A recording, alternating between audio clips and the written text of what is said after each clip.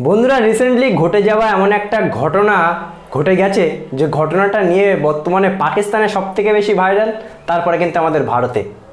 Pakistan super league 2024 চলছে, যেখানে করাচি কিংসের হয়ে খেলার কথা কায়রন পোলার্ডের। আর এদিকে আমাদের ভারতে বর্তমানে একটা জিনিসই সোশ্যাল মিডিয়ায় ট্রেন্ডিং, সেটা হলো মুকেশ আম্বানির ছোট ছেলে অনন্ত আম্বানির প্রি ওয়েডিং মানে বিয়ের অনুষ্ঠান। বন্ধুরা, সেই অনুষ্ঠানে যোগ দেওয়ার জন্য কায়রন পোলার্ড পিএসএল এর চুক্তি ক্যান্সেল করে দিয়ে চলে এসছে সোজা জামনগরে।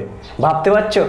আর অবাক হওয়ারও কিছু নেই, কারণ মুকেশ আম্বানির ছেলের বিয়ে, বিশ্বের বড় বড় নেতা, বড় বড় পলিটিশিয়ান, নায়ক, সেলিব্রিটি, বিশ্বের বিলিয়নপতিরা একে একে যোগদান দিচ্ছে সেই অনুষ্ঠানে। আর সেখানে পাকিস্তান সুপার লিগ খেললে কায়রন পোলার্ডকে কত দিত তারা? 20 লাখ, 10 লাখ, তার বেশি তো দিত না। সেখানে মুকেশ আম্বানির এই একটা অনুষ্ঠান অ্যাটেন্ড করার জন্য না জানি কত কোটি টাকা পেয়ে গেছে, তার ঠিক নেই। সেই জন্য কিন্তু পাকিস্তানের এখন রেগে গেছে তার উপরে যে একটা বিয়ের অনুষ্ঠানে যোগদান দেওয়ার জন্য তারা পিএসএল এর একটা টিমকে ছেড়ে দিল এমন করে, তার মধ্যে একটা বড় প্লেয়ার। কিন্তু তারা তো জানে না মুম্বাই ইন্ডিয়ান্স বা মুকেশ আম্বানির ফ্যামিলির সাথে কায়রন পোলার্ডের লিঙ্কটা কোন জায়গায়। মুম্বাই ইন্ডিয়ান্সের প্রচুর ম্যাচ এমন জিতিয়েছে, আর সুতরাং মুকেশ আম্বানির মতো বড় একজন ব্যক্তি ডাকলে করাচি কিংস কেন, সে যদি বিশ্বের যত বড়ই অনুষ্ঠান হতো না কেন, লিগ হতো না কেন, কায়রন পোলার্ডের মতো প্লেয়ার কিন্তু ছেড়ে চলে আসতো।